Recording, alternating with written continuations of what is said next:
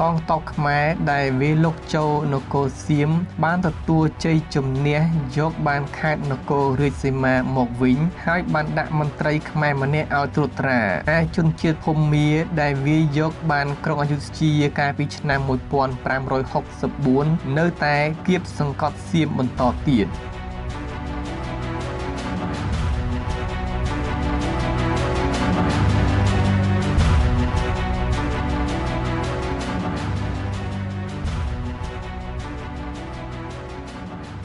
បាទសូមជម្រាបសួរដល់ពុកម៉ែបងប្អូននៅតាមដានទស្សនាតាមរយៈ Channel ប្រវត្តិនៅថ្ងៃដែរ Admin នឹងលើកយកនៅប្រវត្តិសាស្ត្រមួយទៀតទាក់ទងទៅនឹងព្រះបាទបរមរាជាឈ្នះសៀមនិងលាវនៅឆ្នាំ1566ដល់ឆ្នាំ1576ដូច្នេះសូមពុកម៉ែបងប្អូនមកតាមដានស្ដាប់ជាមួយយើងខ្ញុំដូចតទៅ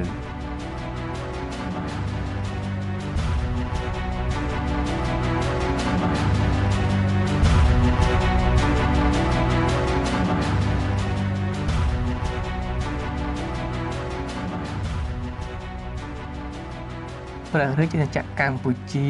នៅមានមហិទ្ធិឫទ្ធិខ្លាំងពូកែនិងសម្បូរសប្បាយនៅឡើយព្រះបរមរាជាដែលជាបុត្រានិងជាអ្នកសោយរាជ្យបន្តពីព្រះបាទចន្ទរាជាបានធ្វើចម្បាំងឈ្នះសៀមនិងក្រោយមកឈ្នះលាវពីរលើកទៀតផង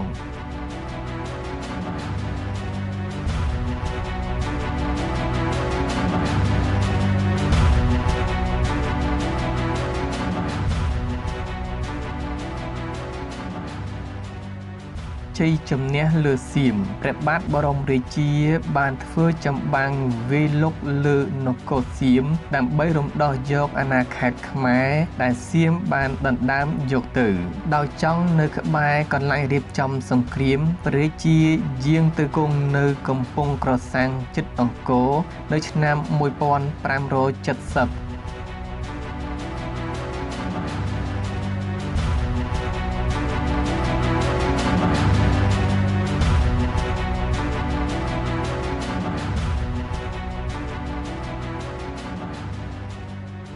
ព្រះអង្គក៏បានយាងទៅអតីតរាជធានីអង្គរព្រមទាំងបានទស្សនាប្រាសាទបាយ័នដែលបានត្រូវកសាងឡើងកាលពី3ទសវត្សរ៍មុនដោយព្រះបាទជ័យវរ្ម័នទី7និងដែលនៅពេលនោះមានជ្រៃដុះទ្រុឌទ្រោមទៅហើយដោយកោតសរសើរស្នាមប្រហោះរបស់បុព្វបុរសព្រះអង្គឲ្យគេជួសជុលនិងរៀបចំឡើងវិញ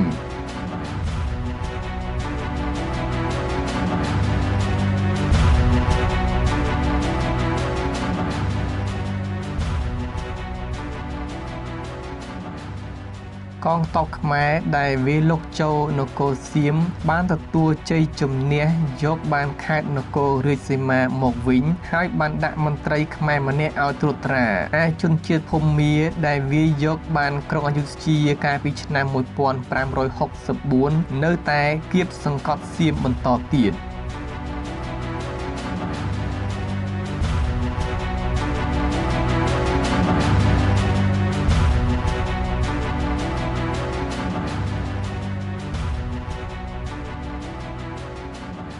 ដោយត្រូវភូមានិងខ្មែរវាយគៀបខ្លាំងពេកសៀមបានសុំយកខ្មែរជាមិត្តហើយចុះសន្ធិសញ្ញាសម្ព័ន្ធភាពជាមួយខ្មែរនៅឆ្នាំ1574ដោយព្រមប្រគល់ខេត្តនគររាជសីមាច័ន្ទបុរីនិងបច្ចឹមបុរីមកខ្មែរវិញក្នុងពេលជាង10ឆ្នាំបន្ទាប់មកខ្មែរនិងសៀមពុំមានធ្វើចម្បាំងជាមួយគ្នាឡើយ